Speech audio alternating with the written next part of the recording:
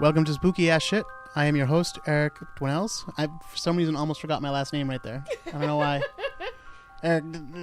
Well, anyway, I think it was because I was thinking about introducing you. Yeah. So then I stumbled on my own name. Yeah. But I am joined once again by my good friend, Lilith Beest, or as I like to call her, Lil Beesty. What up? How's it going? Going well. How are you doing? I'm doing very well because today we're going to be talking about one of my favorite things in the world. What is that? Which is 1978's Halloween. John Carpenter's Halloween. I love John Carpenter! To be fully accurate, yeah. Well, that's why I asked you to be a part of this, because I know that you are a burlesque performer and producer. Mm-hmm. And I know that you have done some John Carpenter-themed shows. Yes. Dale Stones and I produced a show together a few years ago that was just John Carpenter themed. I really want to bring it back. And hope to do so in the next year or so. But that was so much fun, and it was really nice to have so many other people kind of homaging and paying respect to not just his most famous films, but some of the less famous ones that are still equally as awesome. Yeah, and like I said, I know you're a big fan of John Carpenter overall, and actually, you might not remember this, but it sticks out in my head. When you asked me to come over and help you guys film a little segment for a different show that you guys were doing, a different burlesque show. It's the only time I've appeared in a burlesque show is just in the little film segment. But yeah, so when we were like, there's a lot of time setting up shots and everything and all that stuff. So we would kind of chat between. And I remember we were talking about John Carpenter for some reason, and you turned and you said, Eric, what's your favorite John Carpenter movie? And I felt kind of bad admitting it, because I know that like for true John Carpenter fans, probably, you know, The Thing or any number of things, right? They Live. But I was like, I gotta be honest with you, Halloween. Mm-hmm. That's mine. I'm not saying it's his best movie ever. I'm just saying I love Halloween. It is such a perfect film in so many respects. I agree. I think that for a lot of super horror fanatics, it's like, oh, Halloween, so basic, but it's so good. Yeah. And I actually have a funny story about the very first time I saw Halloween. The Coolidge Corner Theater every year has a 12-hour horror movie marathon, and so this was almost 10 years ago. They were doing a double feature. When they do this, they tell you what the first two films are, but they don't tell you what the rest are. They keep that a surprise. So I knew that the first one was going to be something else I don't recall, and the second one was going to be Halloween. And because I am a very sleepy individual, I was trying to plan out my night so that I could see all the movies that I wanted to see, including the surprise films. So after the first one, my partner is like, oh, are you excited to finally see Halloween? And I was like, that's an old movie. It's not going to be scary. I'm going to sleep through this so I can stay awake for something else. And he looked at me, he's like, are you an idiot? And I was like, yes, I am an idiot. So he kind of guilted me into seeing it, and then I watched it, and I was terrified. I was very much a judgmental person going into it and thinking, oh, it's from the 70s. How scary could it possibly be? This is dumb and old, and the special effects aren't even any good. Blah, blah, blah. And then now it's one of my favorite films. Yeah. Well, there really aren't any special effects, actually. Like, very there's few. no... There might be effects, but they're not special. I can't think of it. That's my thinking. You phase. literally looked like you were looking at something like coming through the window at us, and I was like, I better stop talking and see what she's looking at. There's nothing. The shape. But that means that you only saw it recently. Oh, for the first time. Yes.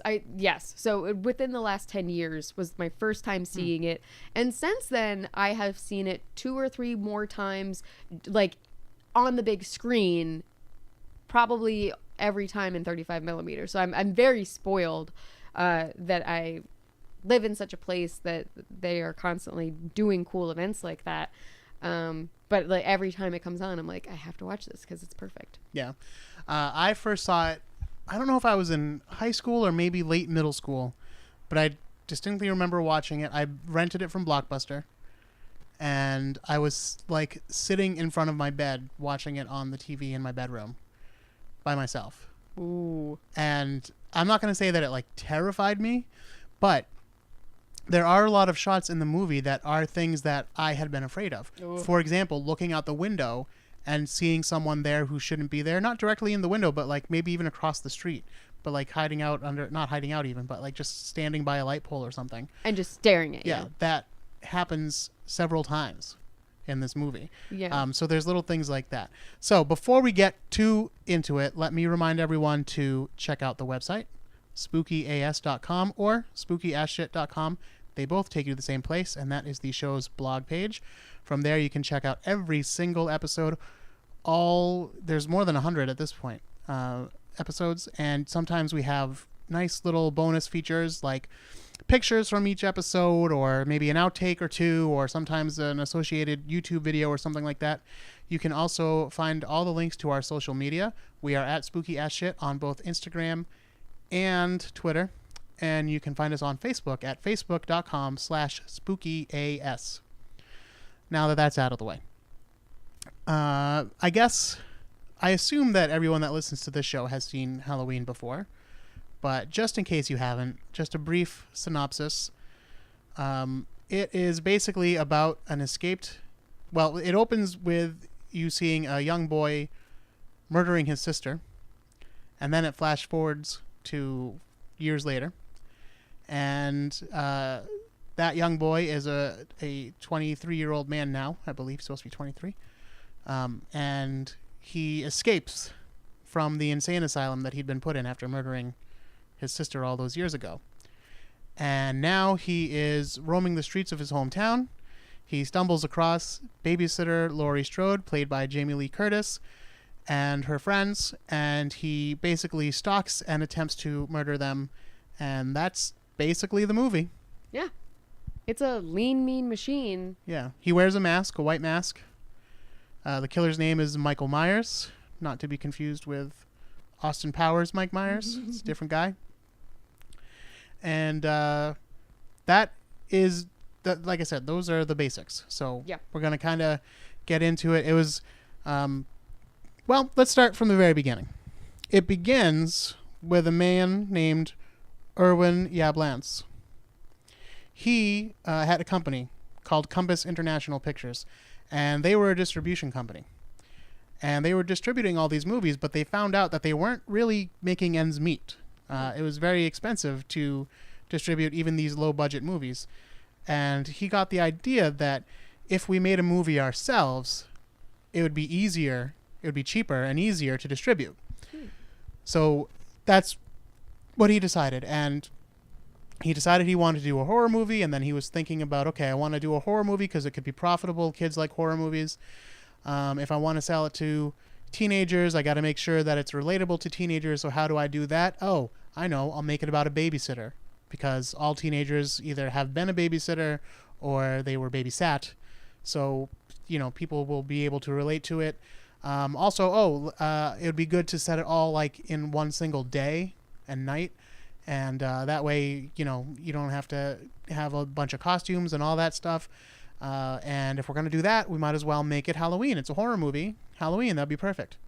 So those are the ideas that he had. But he didn't have money to actually make the movie. Mm-hmm.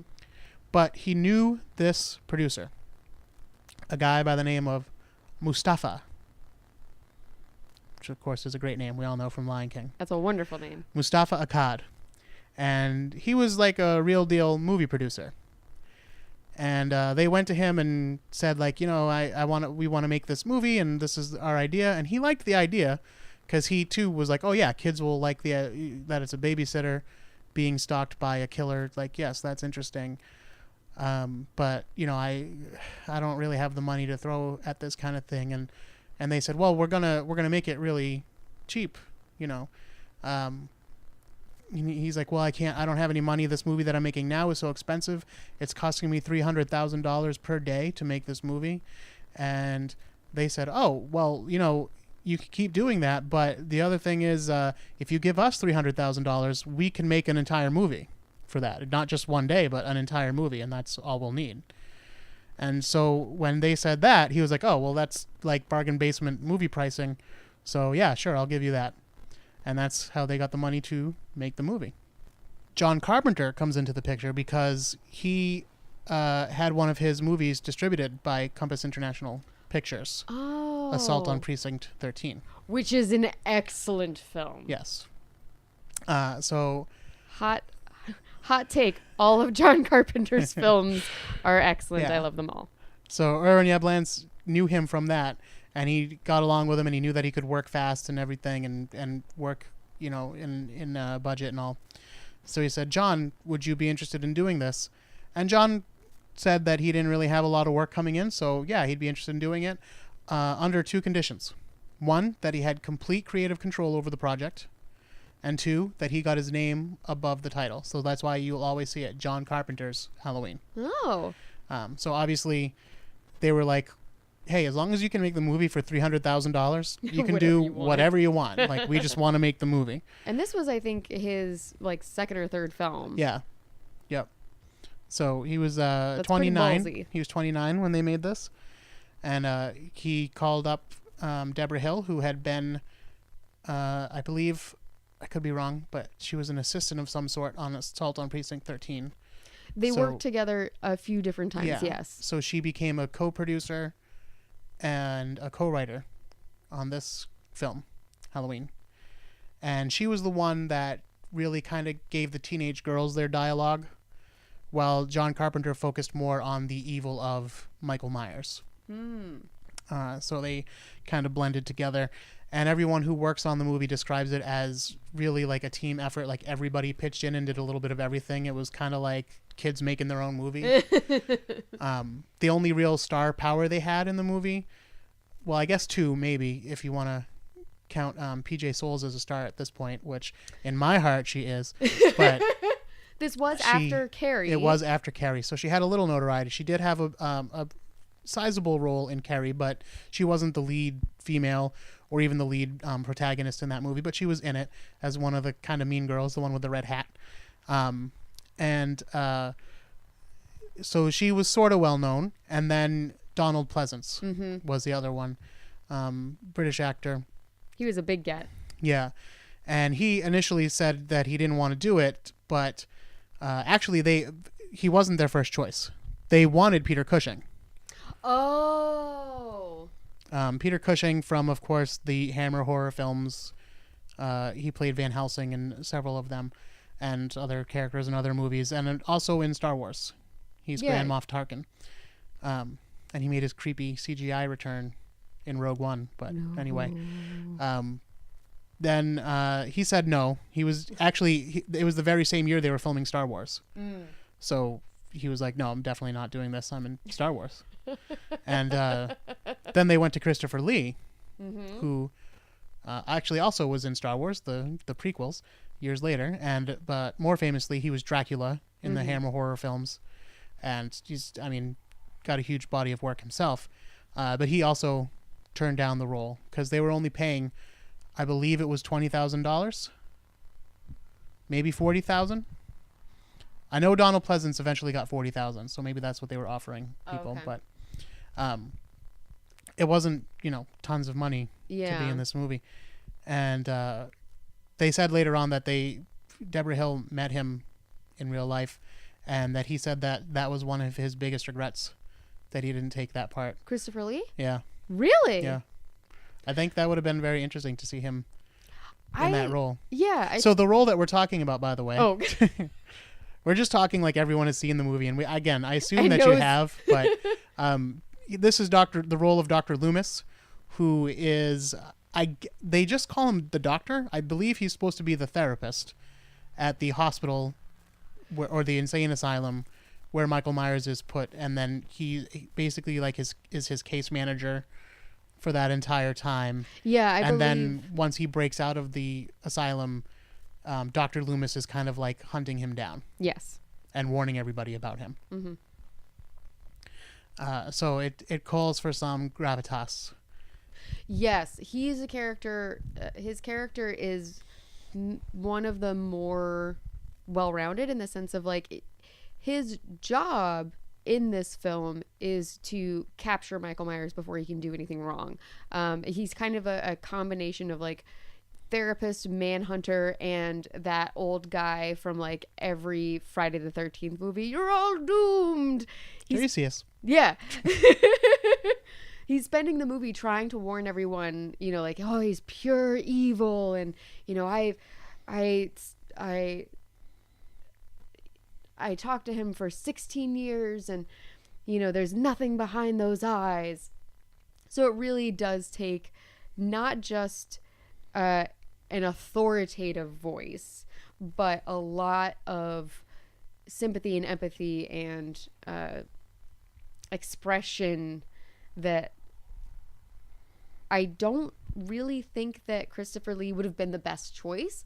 I love Christopher Lee and Peter Cushing, and I can imagine him saying those words and, you know, with his big deep voice being like, we have to get him. We have to get Michael Myers. A little too stern, severe. Yeah. I think Donald Pleasance brings almost like a father figure type of concern that is yes and no, I would say. Because actually, when I was rewatching the film recently, you know, I'm in the mental health field. Yeah. Right? Not exactly the same job, but I'm in the field, right? And I was like, he's a terrible therapist. Because all he does the whole time is talk about how, like, there's no help for this guy. He's insane. He's going to murder people. And, you know, he's not a human, basically. Yeah. Like, the whole time. I was like, that's not what a good therapist would say. Pretty much no matter what. But even Donald Pleasance himself in the interviews, he says, you know, this role isn't very realistic and it's kind of melodramatic. But on the other hand, it wasn't meant to be realistic. Oh, no. It's supposed to be this way. It's, you know... this whole movie is like a campfire story, basically. Right. Yeah, it's kind of harkens back to like campfire story. So anyway, moving on from him. Oh, one more thing about Deborah Hill. So Michael Myers, as both an adult and as a child, there are certain actors associated with the role for this particular movie, and we'll talk about them. But actually, many people did it because it was someone in a mask, so they could just put on the suit and the mask, and whoever was handy at the time would just kind of go out and be Michael Myers, including Deborah Hill at one point. Really? Yeah. In the beginning of the movie, when you see the world through young Michael Myers' eyes, child Michael Myers' eyes, that's Deborah Hill. I had when no you idea. When you see like the hand pick up the knife and then he murders his sister and everything, that's Deborah Hill the whole time. Oh my God. Yeah. Also, the fact that the town is called Haddonfield. It's Haddonfield, Illinois in the movie. But actually, it's named after Haddonfield, New Jersey, which is Deborah Hill's hometown. Oh. So that's where that name came from. Now, again, talking about Michael Myers, he is referred to as the Shape in the script. And that is because the idea of Michael Myers was supposed to be that he kind of wasn't. I mean, he is a human, but he's also more than that. He's kind of a force of nature. Mm-hmm. There's no reasoning with him. There's no stopping him. He's just going to kill, and that's also why they put him in this white mask. And the history of the mask, I'm sure you know, is that it was actually a William Shatner mask from Star Trek. And what they did, they were just looking for like a basic kind of face mask. So one of the production designers went out and came back with a couple Halloween store masks, and one was like an old clown mask, and John Carpenter was like, yeah, maybe, okay. And then the William Shatner mask, and he was like, oh, let's work on that one, because that doesn't really look like William Shatner.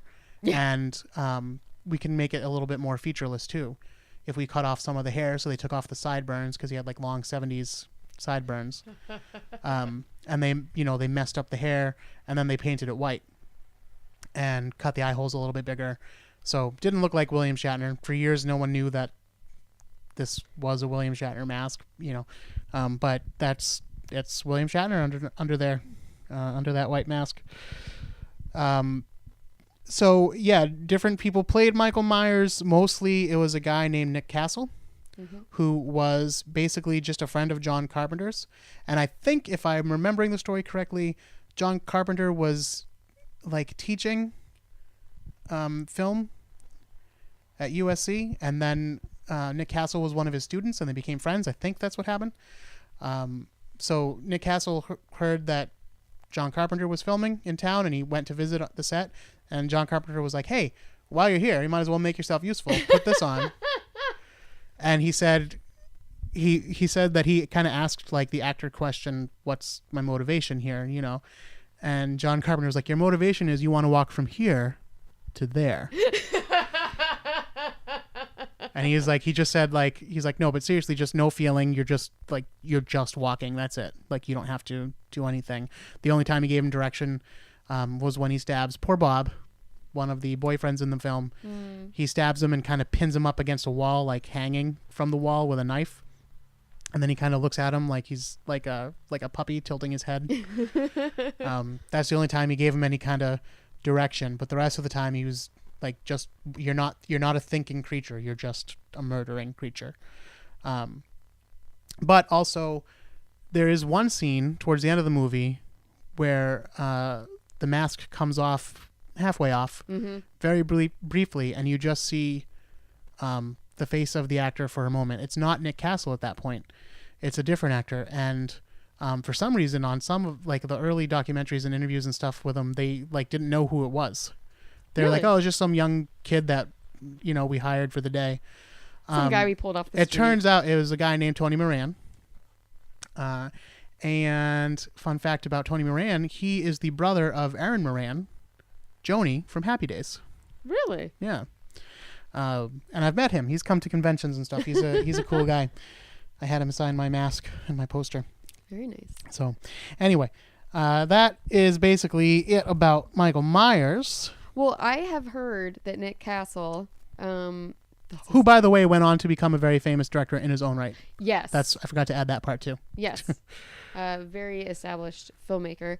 I remember hearing that he was a dancer. He did ballet or something like that. And that is one of the reasons why Michael Myers is so creepy. There's a particular scene towards the end where he has been knocked unconscious, and then he just slowly gets back up, but his legs are still on the ground, and he just perfectly lifts forward, almost like a human can't, except someone who had a really strong core from dancing. But his movements are at times very graceful, and it's so much more unnerving. Right. And that's kind of the thing about Michael Myers. This movie in particular, and even, I guess, the sequels later on, but this one in particular, the deaths are not particularly gory. No, not at all.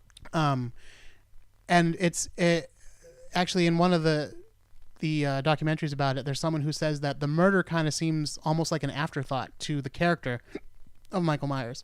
He seems more concerned with scaring people, because he spends a lot of time like setting up scares in the movie, and then the actual murder is just like this thing that happens really quick and then it's over. Yeah, it's just like stab, you're done. And I think that's true, and I think that's part of what makes it so scary. And because he is like stalking these people, and you know he's stalking them. You see him in the background here and there. There's the beautiful shot where he comes out of the darkness and you don't see him at first, and then you slowly see his face coming out of the darkness. Yes. Because it's all white. That's a really, really cool shot. And just like I said, he's behind windows, he's behind doors, and you'll get a little musical sting. Speaking of the music, I guess do you have anything else to say about Michael Myers? Just that this is a really fun movie to rewatch, because you find out at some point in time that he's just driving around. Yeah. And if you rewatch the film, there are scenes that take place with Laurie and her friends, like just driving around, and you can see the car, like just ahead or behind, like a block, where he's just driving around, stalking them from afar. And you don't, unless you're really paying attention, you don't notice it, because there's so many other interesting things that are happening. But it's great the way he just kind of shows up and disappears. Sometimes in Halloween 2, there's a great sequence similar to that one where they are just panning around to these different areas, and they're looking into this one window at some point, and you realize after about 10 seconds that he's in the background, but you just didn't see him at all because the glass was kind of glary in the same way as his face. And when he moves slightly, that's when you see him, and it's so frightening. John Carpenter does an amazing job of just kind of setting these things up and letting you discover them. Yeah. So just going back to, you brought up his driving. Yes. Which is kind of like, we all kind of make a face at his driving because the question is, he, murdered his sister when he was young and not of driving age. Mm-hmm. And then he's been in this mental hospital, and presumably no one was teaching him how to drive while he was in this mental hospital. And yet he is able to escape, take over a van and drive away, and then drive around town all day without any kind of problems. Yeah. And I have to assume it was a stick. Because it's the 70s. Yeah. Who taught Michael Myers how to drive? They really don't explain it. They do mention it in the movie, but all Donald Pleasance says is, well, he seemed to be doing a pretty good job driving last night. Maybe somebody gave him lessons. That's all they say about it. And I guess the point is, it's not important. Like, No, it's just not. Like, just get over it. He's driving. Yeah, It's we a know. fun plot hole. Yeah, we know. We didn't set this part up perfectly, but yeah, he's driving. It's fine. So yeah, that is one of the things you just kind of have to shrug at and be like, all right, it's fine. He's driving. Moving on to other characters, we have, of course, Laurie Strode, who is played by a very young Jamie Lee Curtis, making her debut in this movie. She also was not the first choice, but she had expressed interest. She had auditioned for the movie. And when the producers realized that this was the daughter of Janet Leigh from Psycho, they were like, oh, wait a minute. And her father was Tony Curtis, of course, too, but he doesn't really have a horror movie tie-in. But they were like, oh, well, this is like a celebrity daughter, and her mother is a scream queen from, maybe the original scream queen from the shower scene in Psycho, so this would be perfect for billing. So yeah, let's use her. And Jamie Lee says that she was concerned because she actually wanted to be one of the friends. Because the friends are, kind of party girls and kind of bad girls, and they joke around and they sleep around and they drink and they, smoke pot and that kind of stuff. And Jamie Lee was like, that's what I was doing when I was in high school. Like, that's the kind of person I was. I was joking around. I wasn't like this mousy, studious girl, and I was concerned. Crinkly bottles. Go ahead. She said she was concerned when they asked her to play, the role of Laurie because, she was kind of like the quiet, nerdy one, but she actually pulls it off really well because based on that performance, I wouldn't have been like, oh yeah, Jamie Lee Curtis is obviously the life of the party. Like, based on the performance, you're like, oh, she seems like a nice person, but kind of dull. Nice girl. So, but everyone associated with the movie talks about how charming she was and how much fun she was to be around. So I guess in real life, she's a good time gal. Yeah. And I heard that John Carpenter was actually against hiring her at first because he believed that it would be just stunt casting and wasn't sure that she could pull the weight, not having met her or reviewed anything, but was, I think, had his feathers ruffled a little bit at the idea of stunt casting. Yeah. Another thing, I haven't heard this brought up before, so maybe this is just me, but in the early part of the movie, it takes place during the day, which, by the way, sidebar here, that is something that I love in a horror movie when it's not automatically nighttime and we're right into it. Mm-hmm. I like a slow build up, and I like daylight. Yeah. I don't like a whole entire dark movie. But at the same time, Michael Myers is still chasing them in the daylight too. Mm-hmm. So that's really cool. But another thing, in those daylight scenes, Laurie is seen wearing like this skirt and these leggings, and she looks really gangly. Yes. She looks kind of awkward in herself.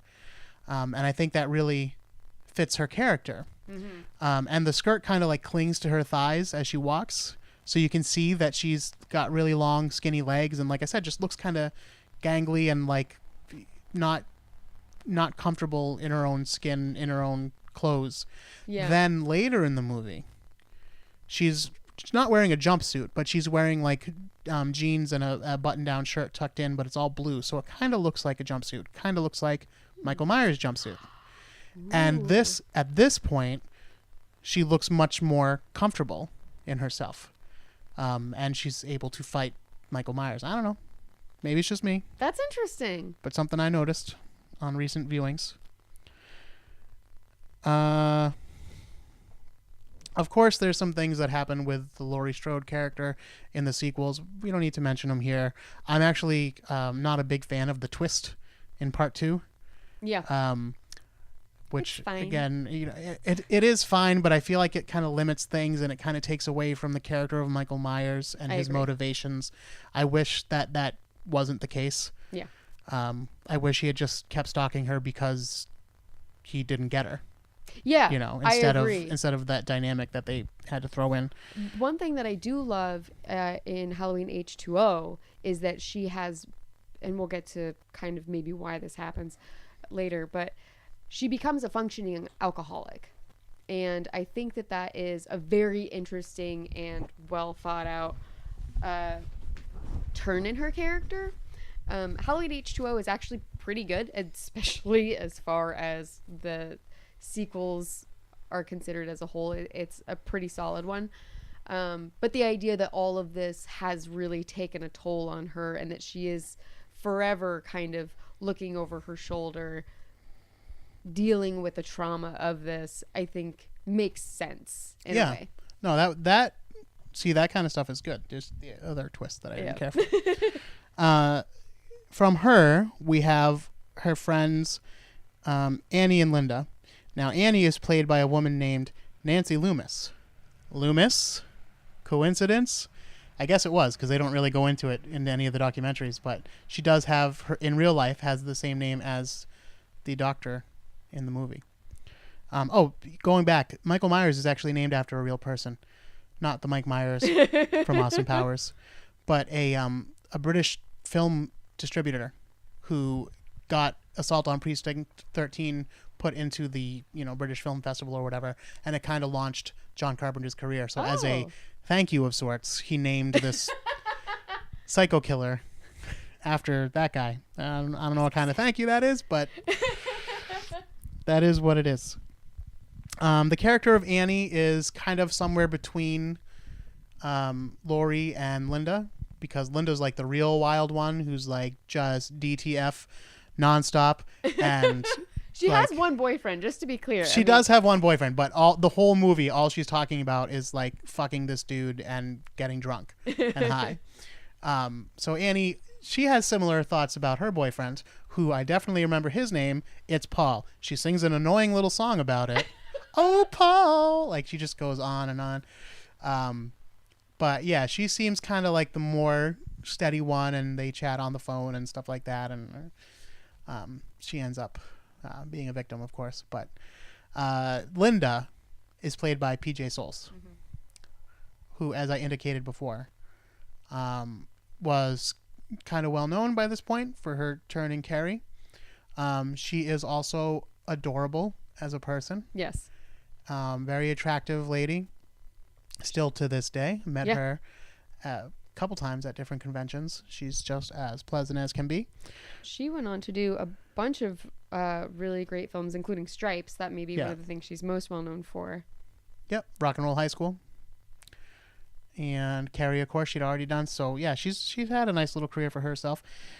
She is essentially the only person that does a nude scene. There is kind of a little peek we'll get to later on. But even her nude scene isn't like really gratuitous. You kind of like, they kind of show her nipples for a second, and then the camera kind of cuts like just above, so you don't really see too much. But she does have that line, "See anything you like," when she's showing herself. Her death is really weird because the whole scam was to get into one of the houses where the kids were being babysat, because Laurie's babysitting the little boy, and Annie's across the way babysitting a little girl. And for some reason, the plan is to get into the houses where Annie's babysitting this kid, and then they're going to fuck upstairs in the parents' room. Yeah. I guess they just needed somewhere to go, and Yeah. and he was being a pal. But I guess she was waiting for Paul to show up. I don't know. Maybe they're going to get some kinky shit. I don't know. But anyway, they do also. He does. Her boyfriend Bob, Linda's boyfriend, does mention, like, well, first I'm gonna strip my clothes off, then I'm gonna strip your clothes off, then we're gonna strip the little girl's clothes off, and it's like, what? And I'm sure he didn't like really mean that. No, but he still, didn't at it's all. That was a joke. Weird thing to bring up in modern times. But also, one of the things about Linda's character, she doesn't have any annoying songs, but she does have this really weird moment where she keeps talking about books. And I'm sure that what happened was John Carpenter said, okay, we're going to see the car drive by, Mike Myers' car, and Laurie's going to be the only one that notices it. She's going to pay attention to it. So, PJ, you just keep talking. That has to have been what happened, because all that happens is they stop and Laurie's like, oh, shit, I forgot my chemistry book. And then PJ goes on for like 2 minutes being like, oh, well, who cares? It's just a chemistry book. I mean, I forget books all the time. I forgot my history book, my algebra book. I mean, books aren't really that important. What have books ever done for, like, and it just goes on. I forgot and it's about that. nonsense. So that's just a little moment that I always like get a little kick out of in the film. And I swear to God, that has to be what happened, because there's no way that was like scripted. I love her it. to It do fits her that. character very much, though, because she's just like she's not going to school to get an education. She is going there probably to neck with her boyfriend before they can get some real privacy. Yeah. Oh, so going back to her death, that's what I was talking about. Her boyfriend Bob says he's gonna go down and get some beer. Mm-hmm. So PJ's waiting in bed for him to return. Of course, when he goes down, he is murdered by Michael Myers in the manner that we spoke of earlier, where he's hung against the wall. Then, you know, I know that we've said that Michael Myers takes some time to set up scares and like little practical jokes. Yeah. But this is the weirdest thing he does. Yeah. He puts a sheet over himself, puts Bob's glasses on, Yes. and then goes like upstairs and stands in the doorway. And of course, PJ thinks that this is Bob. Playing a prank. Yeah, and I guess he's like just trying to trick her into thinking he's Bob for a moment, but it just seems like this is a little above and beyond what maybe a psycho killer would do. But okay.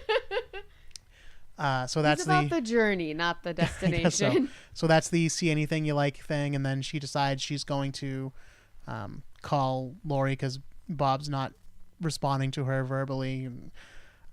When she goes to use the phone, Michael Myers strangles her with the phone cord, which she now brings with her to conventions and will pose for pictures The strangling you with the phone cord. And her character always says totally in the movie. Mm-hmm. So she calls it the totally necklace.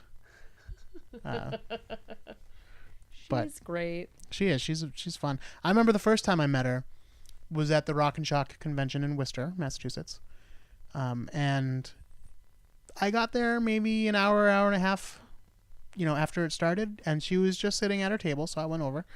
And this was the first time I'd met her, so I was very excited because I love me some PJ Souls. And she was like, "Oh, my first customer of the night." And I was like, "Really?" I was like, "You're why I'm here. Like, you're the reason I came."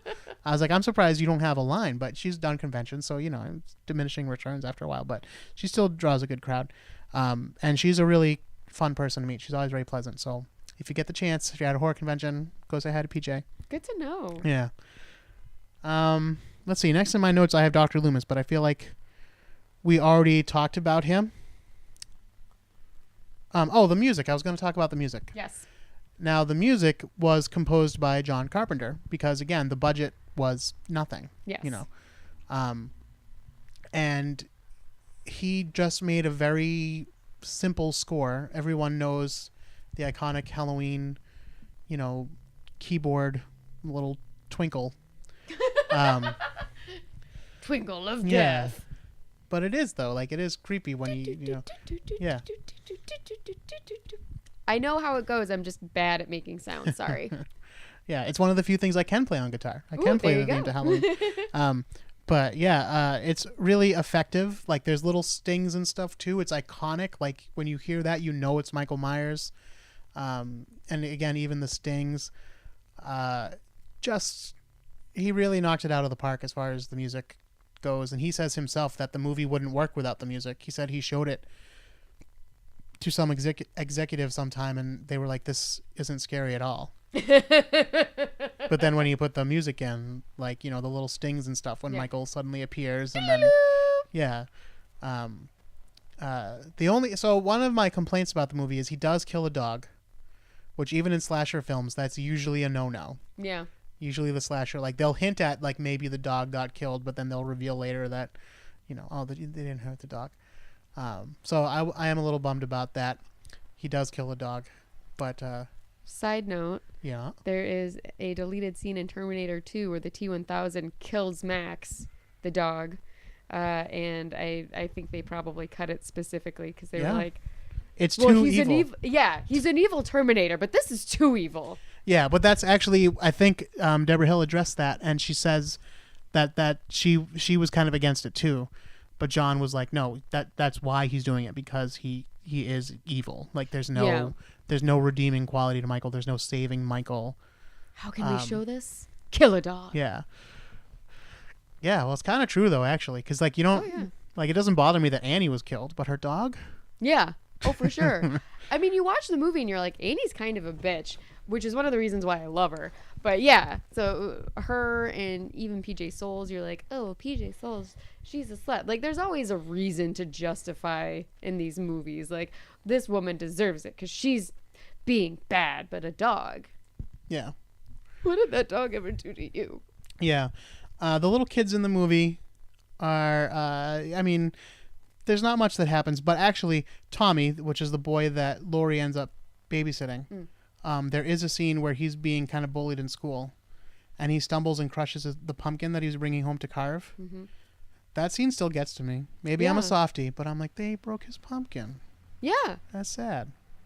He was looking forward to that. He specifically mentioned it earlier in the movie. He was excited about carving pumpkins with Laurie. That's the thing about this movie. It is very lean, and what I mean by that is, like, there's not a lot of like extra stuff in it. Every scene that's there gives you something pertinent to the film that you can't really take out without losing something meaningful, and that scene is really important and gives you more emotional heft for when later they're all kind of running from Michael, because even though he's after Laurie specifically, like, he'll definitely kill those kids if it's convenient. Yeah.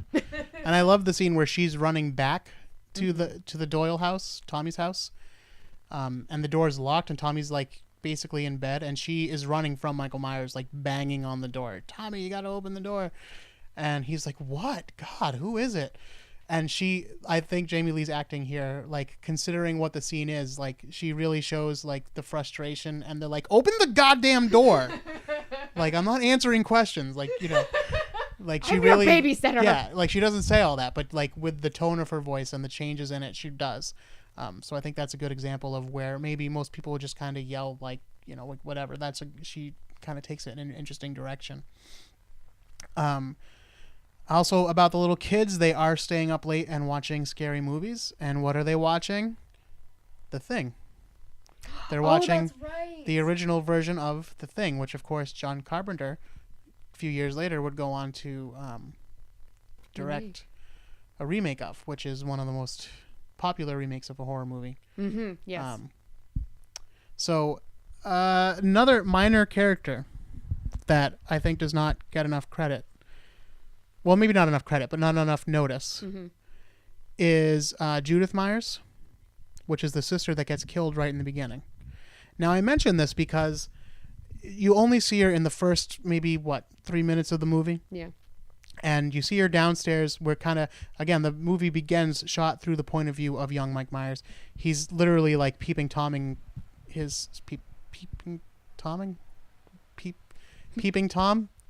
I don't know.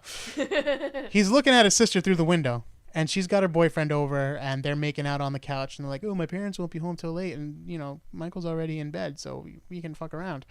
So they're like, oh, great, and they go upstairs and begin to fuck around. And then he really doesn't last very long, apparently, this boyfriend, because the scene is over, and he is out of the house, like I said, in under 3 minutes. So, poor Judith. He's a teen boy. Poor Judith. But young Michael goes in then to Judith's room, and she's sitting there naked, but you don't really see it because at this point he's wearing a clown mask, so the point of view camera is like looking through the eye holes of the clown mask. He stabs her while she's naked, and she falls on the ground. And so, but I was like, when I was looking it up on IMDb earlier, I was like, oh, who played the sister? What is this here? And it turns out it is a woman named Sandy Johnson. And you don't really get a good look at her in the movie, Mm-hmm. but looking at her Google images here, she's a knockout. She's a babe. Yeah, she apparently, well, she's a Playboy playmate. But yeah, do yourself a favor. Well, I'll post it on the website. If you're into chicks, this is a good one. And I'm surprised that we didn't see more of her in the film actually than in that case, because she really is like a knockout beauty queen. So there's Eric D's personal tip to you on your repeated Halloween viewings. She apparently did some other movies too. Some like of those like cheesy drive-in exploitation type movies. So she got around. But yeah, I think overall just this is a very simple horror movie, but again, that's part of what's so beautiful about it. Mm-hmm. When you see something like the Rob Zombie remake, which I know people have very strong feelings about. I actually didn't hate... I didn't completely hate the first one that he did. I did completely hate the second one that he did. But the first one, yeah, the cursing and all that stuff got to be a little obnoxious, and the family dynamic of young Mike Myers. I didn't hate the movie overall, though, but I think it was just unnecessary. Well, number one, you're not obligated to hate it. And I feel like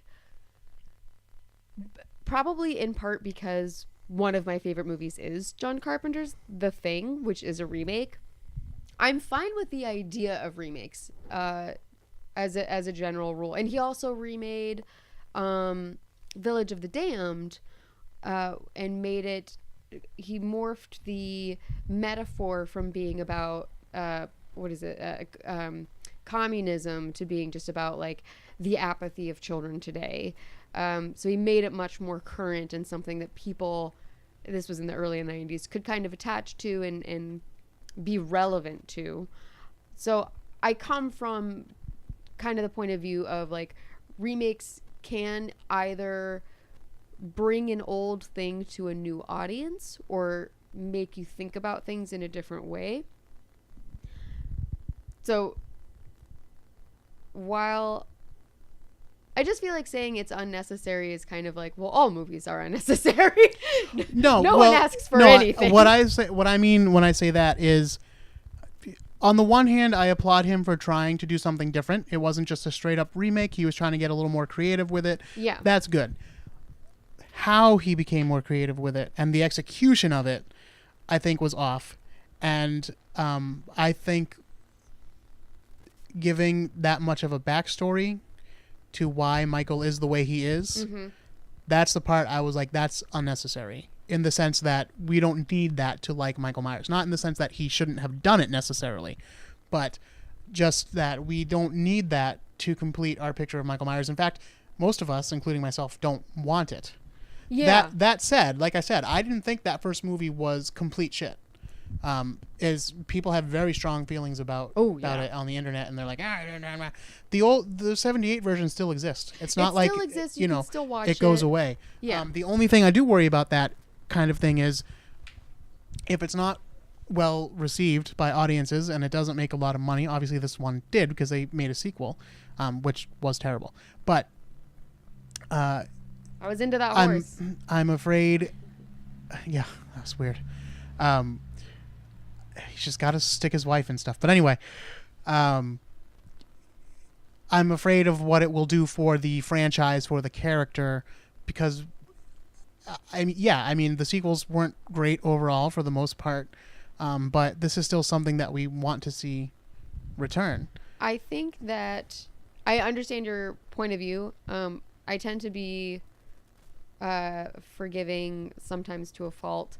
I just view it very much as such a completely different thing that it doesn't necessarily need to be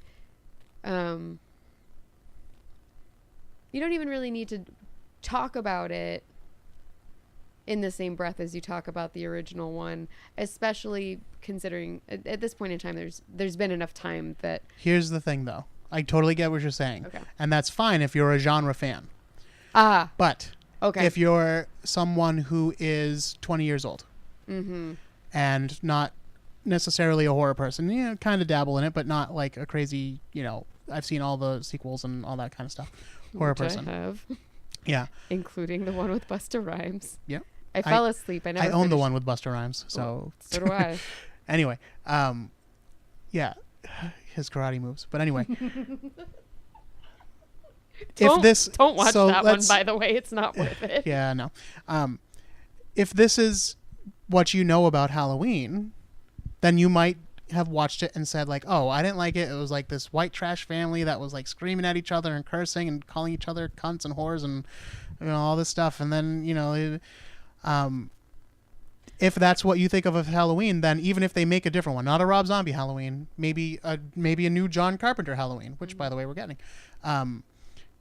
you might be like, oh, well, I saw that. I don't want to see it. That's a good point.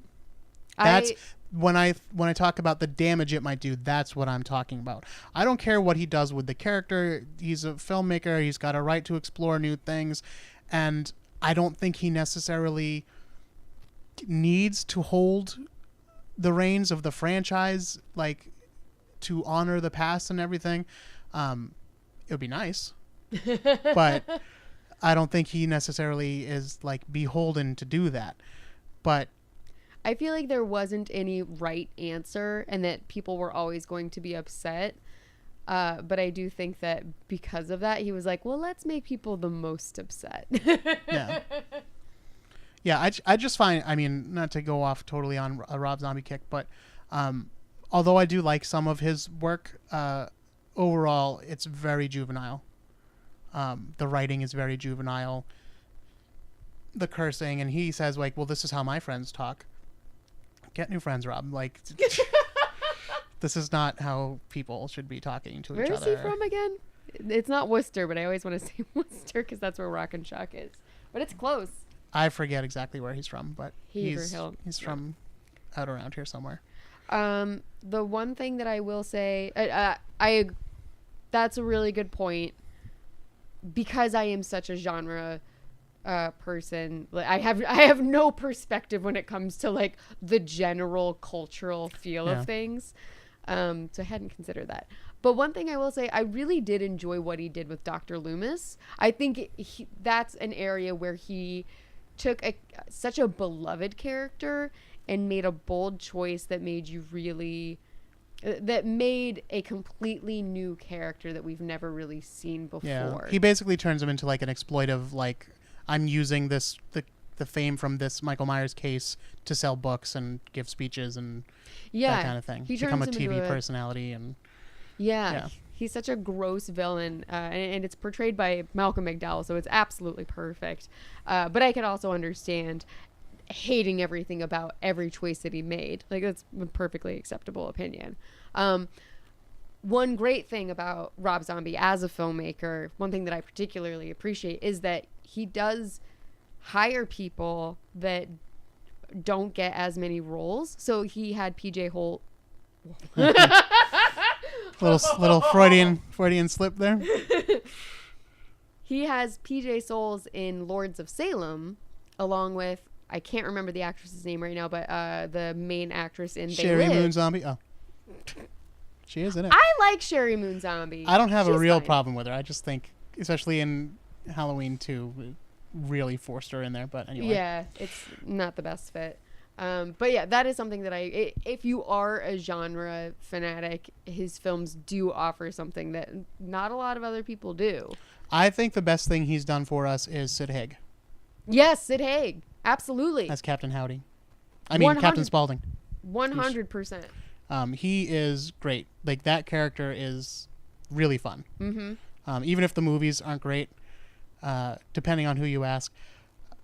I don't want to get it. Well, this isn't a Rob Zombie thing. I don't want to get too far into it. But Devil's Rejects is great. Sid Haig is great, no matter what. Absolutely. It doesn't matter if it's the 70s exploitation movies. Yeah. And that's how we're going to end this episode about Halloween. Yes. By commenting that Sid Haig Sid Haig is great. No, but if obviously, hopefully if you've listened to this whole episode, you're someone who has seen and loved Halloween. But if you have not, obviously we very highly recommend it for you. Mm-hmm. It is a classic of the genre, and it is considered a slasher because the franchise as a whole is considered slasher film, but it's really kind of not.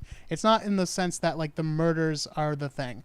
As we said, the murders kind of pass very quickly. They're not terribly creative, which I mean that in a good way. Whereas the murders in Friday the 13th, say, are very gimmicky. Like that's kind of one of the points of going to see those movies, just to see how are they going to creatively kill these people, what awesome special effects are they going to pull off, and those are fun, don't get me wrong. I love Friday the 13th, but it is also nice to have one that's more about the stalking, the creepiness, the boogeyman, as they say several times in the movie. Yeah. You could say that Michael Myers is almost like just a pure representation of death itself, and that it's going to come for everyone no matter what.